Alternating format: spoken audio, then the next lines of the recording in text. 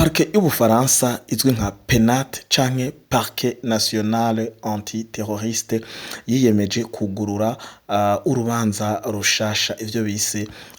ouverture d'une enquête de flagrance. Ni enquête yuguruwe inyuma yaho AFC M23 imbwebwe za Sarambwe RDF inkotanyi bagirije canke bateye amajambo eka n'inkinamico nyinshi zigenda zitandukanye zimaze imisi ziriko zirakogwa inyuma y'igenekerezo rya 11 uno muzungukazi azwi nka Karine Buisset yarasanzwe akora mu kigo ca UNICEF kandi akaba yarasanzwe ari umuhinga ivyo mwanyegejwe rero nivyo ndabazaniye yarasanzwe ari umuhinga mu bijanye n'ivy'agateka kazi na muntu ku bijanye na violence basée sur le genre bijanye vyo gihohoterwa bifatiye ku gitsina ubusambanyi amaviole n'ibindi vyinshi cane cane mu gihe c'intambara uyu mugore ntiyarasanzwe yari umuhinga akomeye cane rero urubanza guguruwe inyuma y'impari za Kinshasa na AFC M23 musanzwe mubizi ko leta ya Tshisekedi yahakanye yongera yamirira kure kandi vyose ibishira ku mutwe canke ku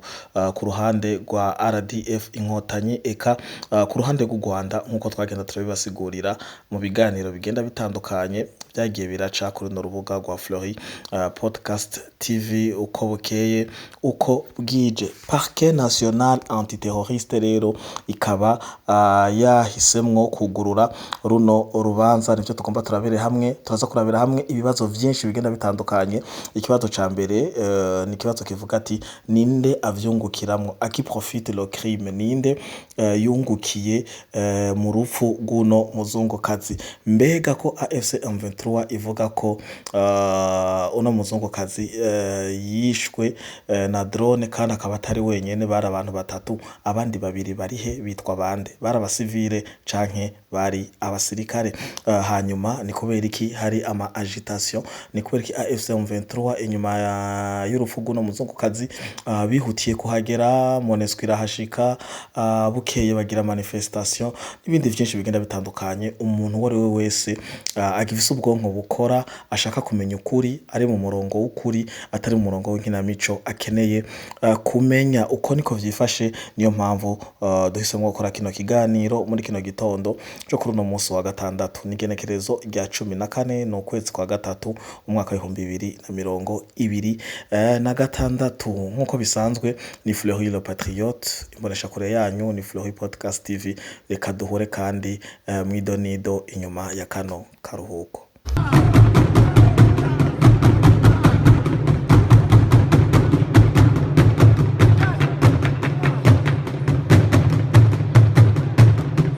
Nongeye kubaramutsa mwiriwe na mwaramutse bakunzi ba Fleury Podcast TV umwe wese aho aherereye bivana n'amasaha canke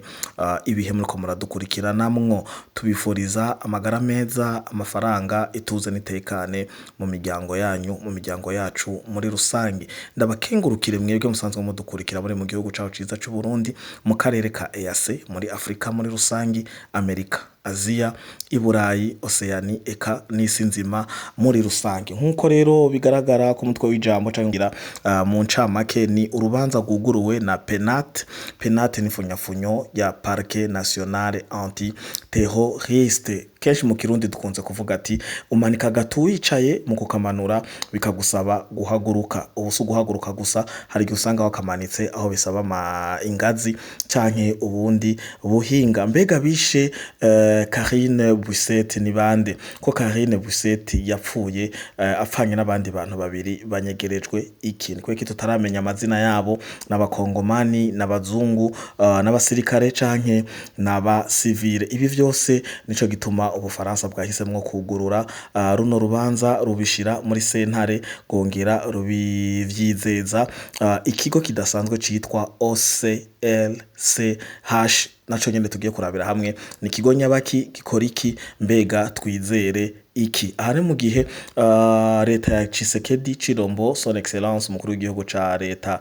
demokarasi ya Congo avuga ko iyo drone canke uwo muzungukazi nabo bari kumwe bakaba bavugwa n'uruhande rwa AFC M23 we avuga ko umuzungukazi yishwe na RDF inkotanya basogosi bazwi ku izina rya M23 ari mu burasirazuba bwa Congo mu muji munini cane wa Goma. Aba nabo basogose nabo bakagaruka bagahindukira mu nkinamico n'amakete bareko barasohora n'inyandiko nyinshi n'amarira n'amapost ku mbuga ngurukana bumenyi bagiriza canke bata iceyi bagiriza ubwicanyi bwo no muzungukazi leta ya Kinshasa n'igisirikare ca FRDC muri rusangi ngo gisanzwe kiriko kirakoresha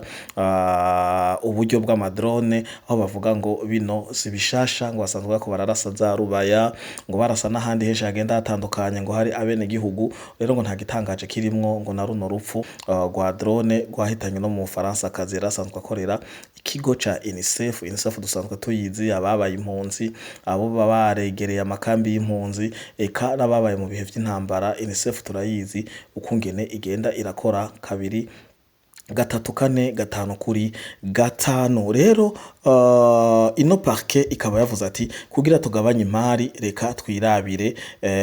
ninde vyega muri bano bantu babiri mbega bakunze ba Fleury Podcast TV abarundi muri rusangi abanyarwanda canke namwe mukoresha runo rurimi mwagize amahigo yo kugumva mwiteze ko hamwe uno muntu yogaragara haba Kongo canke AFC M23 urubanza gocibwa gute rero urubanza ico bita investigation ni parquet nationale ya antiterroriste yuguruye canke yatanguje runo rubanza kumvo zuko umuryango w'uno muzungukazi usaba justice canke kumvo zuko bashaka kumenya vyakoze nde nico gituma bagize ngo enquête ouverte pour la crime de guerre hariya mu burasirazuba bwa Congo. Enquête imaze kugurugwa baciye bayizeza ikigo nari mpejeje kubabwira citwa OCLCH ico kigo naco akaba ari citwa majambo yose Office Central de lutte contre les crimes contre l'humanité et les crimes de haine. Iyi ikaba iri mu sanzwe iri mu bintu bita gendarmerie nationale donc ibi biri mu maboko y'ico gisata OCLCH c'abafaransa nico cizewe kugira kigira amatohoza yimbitse nyezina kugira gishikirize ino parquet hama bamenye ninde yakoze canke yagirwa na kino caha. Ino parquet imaze guhitamwo OCLCH abasanzwe bazi ubufaransa ubufitanye basanzwe bafitanye n'igihugu c'u Rwanda canke basanzwe bafinansa niho mpereye hano kugira dutahure neza basanzwe bagiriza ko ubufaransa bufinansa AFC M23 n'igihugu c'u Rwanda bamwe nta cizere bafitiye ino OCLCH kuko urumva ikomoka canke ari y'abafaransa muri rusangi ngo birashoboka bagahuvya amatohoza bikarangira badashoboye kwagiriza leta ya Kinshasa kuko bazi neza ko atariyo yabikoze kuko na Kinshasa ifise ayandi ma enquête iri kirakora kandi bikarangira batanabishinje canke bavyagirize AFC M23 nkuko mwabibonye bigaragara muri communiqué ya Emmanuel Macron aho we yakondanye canke yahojeje umuryango wabuze ariko ntagire uruhande ahengamira ko ntiyahengamiye kuri FARDC canke kuri AFC M23 kuko yavuze ati nkahengamira kuri FARDC ata preuve mfise biragora ongera nkahengamira kuri AFC M23 ari twe dukorana nkuko bamwe bagenda barabishikiriza abahinga n'abasesanguzi bagenda batandukanya atacizere bafitiye ubufaransa ku ruhande rw'u Rwanda avuga ati ibi byose vyozana icuka yaciye agaragara nk'uhagaze hagati ekana Maxime Prévost mu Bubirigi ntaco yavuze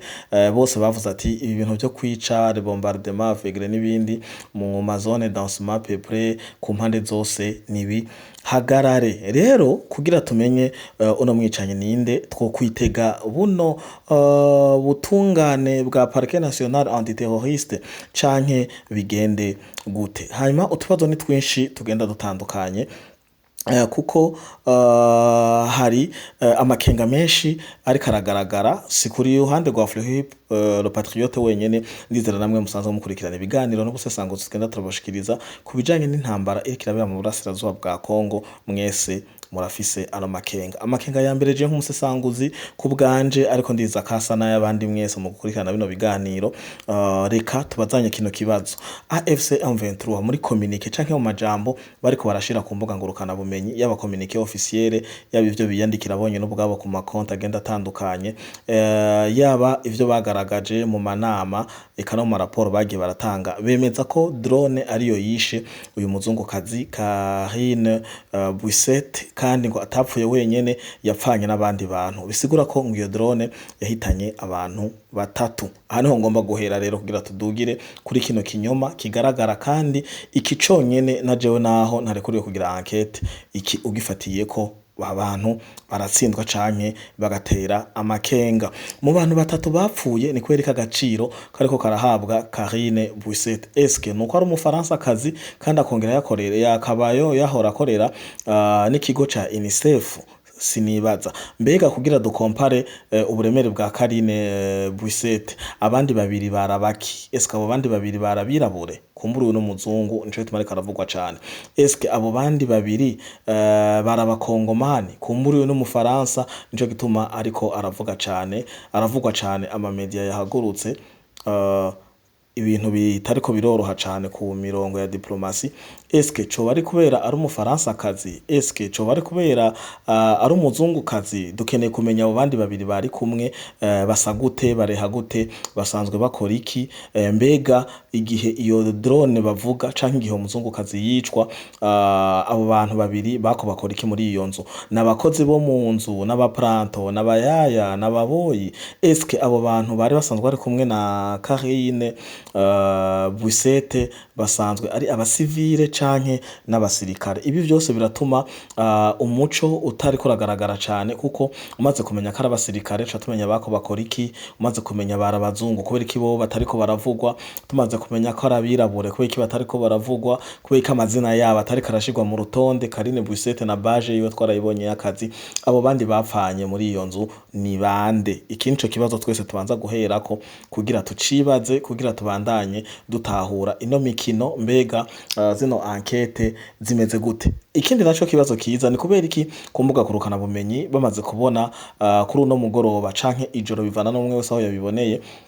bamaze kubona ko Ubufaransa cane biciye muri PNAT ariyo Parquet National Antiterroriste buguruye urubanza bahisemwo kugira investigation, ariko mumenye ko na leta ya Tshisekedi yari yamaze kuvuga ko igiye kugira amatohoza. Bose birukiye ku mbuga nkorana bumenyi bataginga umuntu wese, ariko canke bakagira ivyo bita repost kuri Twitter cane nababwiye ko ari go rubuga ubu rugezweho canke urubuga rwa diplomasi, kuko bose niyo bari baba bakuru b'ibihugu, abameshikiranganje, abasenateri, abakenguza amateka n'abashinga amateka, bose usanga ariyo bari, eka n'abasanzwe bakora ku biti vyabo, aba independent, abamenyesha makuru, abakora business, bose usanga ariyo bari kuri urwo rubuga rwa Twitter. Rero hano beriki basidukanye niyo nka kuza kwishura umuntu wese ariko arapostinga ko Ubufaransa bwatanguye enquête. Amwe mu nyishu canke amwe mu makomantere bako barashira kuri izo mbuga babaza ngo none ngo iyo enquête maziki mu gihe dusanzwe tuzi twese ko ari FRDC. Tukaca tubaza none mwe muzi gute kare FRDC, mbega izo enquête muzankira iki? Kuko bose bakaba baragaragaza ko badakeneye iyo enquête kuko bazi ico igiye kumara. Mu biganiro twagiye turakora mu busesanguzi twagiye turabashikiriza mwisunza amafoto mwese mwagiye murabona n'ubu kuri internet, ariko iganzu yararashwe muri façade aho imbere ushikira canke muri profile y'inzu bivana na terme technique ubukoresheje, ariko aha mu maso ugishikira ucugurura portail canke ucinjira mu gipango hajya inzu uyishikira kuyibona mu maso. Inzu mwarabonye ko yarashwe amasasu menshi cane, amasasu atari make, ariyo mpamvu tariko turatahura igituma bariko baradendekeranya bavuga ko ari drone kuva zarasiye. Drone naho yorasa inzu y'ubwatsi, mwarabonye barasa mu mici igenda itandukanye, bari ku mirongo y'urugamba aho barasa mbere bakanaturira bakanatongora utuzu tw'uduhandake, bari basa imbwebwe za sarambwe zari zibamwo, nta mbeya nkazirya mwabonye zafashe iganzu ya Karine Buisset, kuko ne bariko aravugwa cyane abandi ntitubazi yafashwe kujya ngo yarashwe na drone. Ni kibazo nabajije n'ubusi ndakironkera inyishu, mbega iganzu yoba yarimwe ibitoro, ho harimo ama explosive, ho harimo ibindi bintu vyotuma irya nzu yaka kurya ifatwa kurya twabibonye. Ibi ni ibibazo rero tugenda turibaza, ni kubera ko bino bintu biriko biranyegezwa. Tutarandiriye cane kuri kino kibazo, cari ikibazo co kwiyumvira abandi babiri bapfanye na Carine Boussette ni bande gushika no mango, kubera iki bataramenyekana. Uko niko bimeze. Iyo rero uyumviriye bano bantu urabaza baciye bajahe, ibiziga vyabo ko twatanguranye nkuko mwabibonye muri kino kiganiro, twatanguranya tukagaragaza ukungene bamwe mu bazungu kumbure bakorana na Carine Boussette ariko batabana, Monescu n'abandi bantu bahashitse baba diplomate eka n'abakongomani n'abafotografe na AFC M23 niho yari iri bashira ikiziga c'umuhisi Carine Boussette muri ya modoka muri ambulance kugira atwagwe aho abikwa muri morgue canke bagende kumukora ko amatohoza. Abandi bo baranyikiye muri irya nzu bari ico bita kenshi dukunze kwita ngo bakamayimayi, baranyitse canke vyagenze gute, nta gaciro boba barabahaye, barashwanyaguritse. Ivyo ntitubigaruka ko ngo vy'ama identité n'ibiki kuko nabivuze cane. Ikindi kazo umuntu ashe kwiyumvira, ashe kuvuga ati où sont-ils passés ces deux autres, baciye he, qu'est-ce que ils sont devenus, quoi babaye iki, est-ce que n'abasivile canke n'abasirikare, pourquoi batabavuga? Ico twakigarutse ko cane. Ikindi kibazo umuntu yiyumvira ni kubera iki haciye hihutirwa gukorwa manifestation igaragaza ko abakongomani cane cane mu muji wa Goma ngo batishimiye urwo rupfu, kandi basanzwe basaba ngo amahoro, kandi batishimiye ngo bombardement z'amadrone FRDC canke leta Tshisekedi iriko irakora. Cane cane ivyo bavuga bavuga ngo ni mu bene gihugu, ariko misi yose iyo bariko baratsinda bavuga ko ari imbwebwe za Sarambwe, ariko iyo batsinzwe baca bavuga ati harashwe abasivile. Rero ikibazo gihari ni kubera kibace birukira gusomba abana bo mu Rwanda babakuye Gisenyi, Rubavu n'andi hatandukanye, begeranya ifuso zigera ku ndwi n'izirenga babatwara muri Goma kugira manifestation, imigumuko, ngo bagaragaza ko bafise akababaro kadasanzwe, ariko vyose birangira batanguye kwiba amamoto, bibi bivyo babonye vyose mu nzira. Abakongomani bafatwa n'agashavu, uko vyarangiye nuko bagwanye batana mu mitwe, hama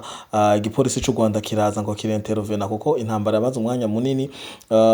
Ikindi naco cahabaye nuko AFC M23 mbwebwe za Sarambwe zaciye zirara muri abo ngo bariko baragumuka ku ruhande rwa Kongo, bamwe bararaswa, abandi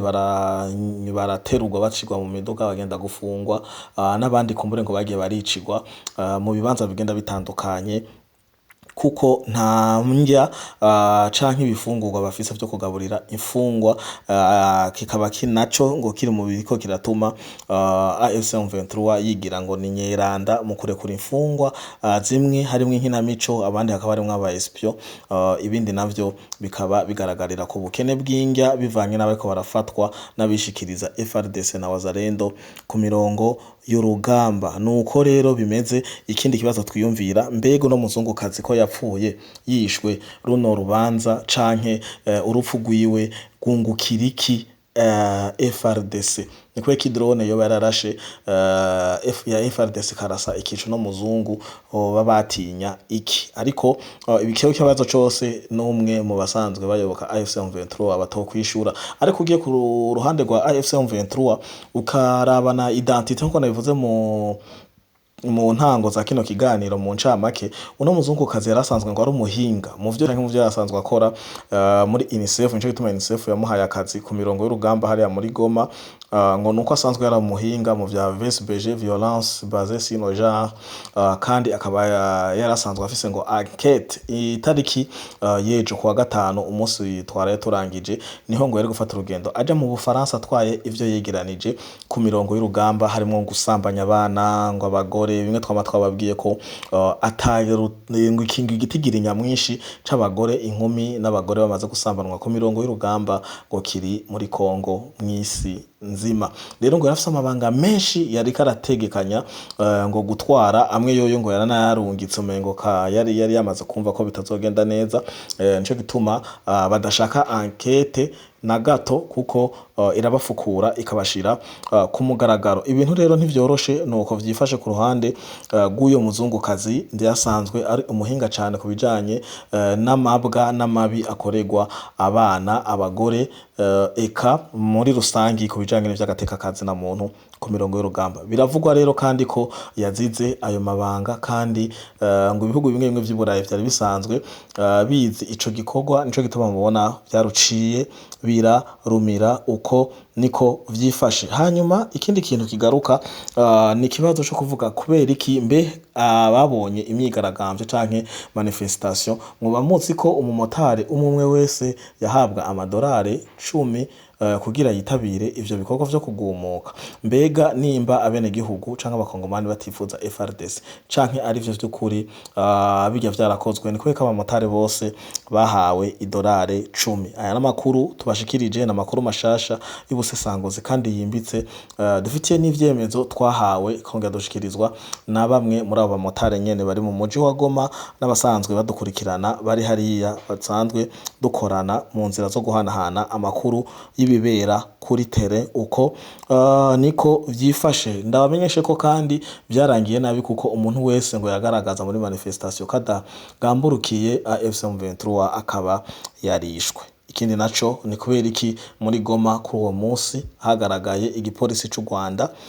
cinshi cane, aho mbere vyarangiye biba amamoto, amakinga, amakese, ibifungurwa n'ibindi vyinshi bigenda bitandukanye, ngo kandi ntibivye bahejeje manifestation, ahubwo muri manifestation nyene ngo niho biraye amabotike kuko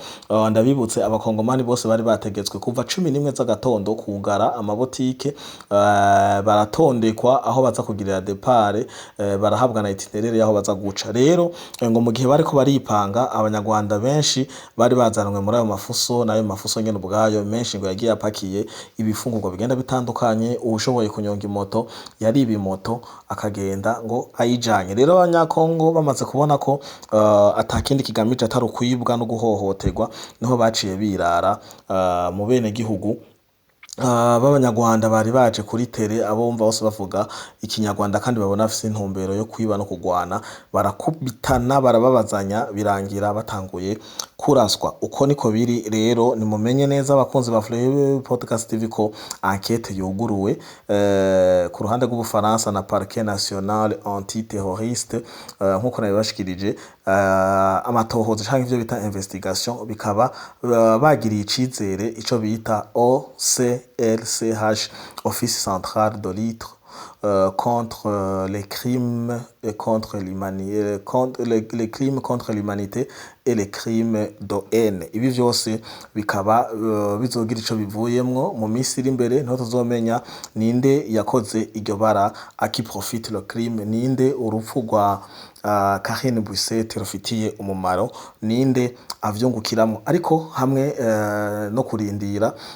ano matohoza agiye gukorwa, ariko nimumenye ko n'amatohoza na twese twoyikorera. Mbega nkuko nabibajije, iryanzu umwe muyibona gute Karine Buisset bivugwa ko yabamwo? Arya masasu yose ni drone yayarashe, nico gisasu ca drone cayarashe? Mbega ko caguye hejuru ku nzu nkuko tubibona canke nkuko babivuga? Arya masasu ari hanze yavuye? Iryanzu twese tuyizi, baranagaragaje n'amafoto itagira urusasu na rumwe, yarashwe nande? Ko hajya mu muji wa Goma, kuko iryanzu ngwiri ku metero zitarenga 30 metre, bisigura ko hacamwo niba ari parcela ya are zine, hacamwo nk'iparcela nka zitatu uva ku nzu ya Joseph Kabila, aho ngo isanzwe bamwo umugore wiwe yitwa Olive Lembe Kabila nkuko bishikirizwa. Rero ntitwumva ukungene iryanzu yarashwe kujya, kandi hasanzwe hacunzwe, ikirere kirugaye, wazarendo ntibari bushikeho, FRDC ntibari bushikeho. Aya masasu yarashwe ni menshi cyane. Bimeze gute? Mwe mu bitahura gute? Duhurire muri commentaire kandi muna dutunge nkuko twarigeze kubibasaba ko bikunze tubuze umwanya canke dufatiriwe dushoboye kuza turakora kuno dukoze uno munsi. N'ubwa mbere ndabikoze, n'ubwa mbere ndabashikirije ikiganiro aba makuru canke ubusesanguzi muri buno buryo bwo kutagaragara, ariko nashaka turabe ko bikunda kandi uko mu vyakira haba dufatiriwe, kuko kumva tigwa buri gihe, kumva zuko tuba turiko turakora ibindi bikorwa bibangabangana hamwe n'ibikorwa dusanzwe twariyemeje gukora. Rero nico gituma mudutunge mutuburanye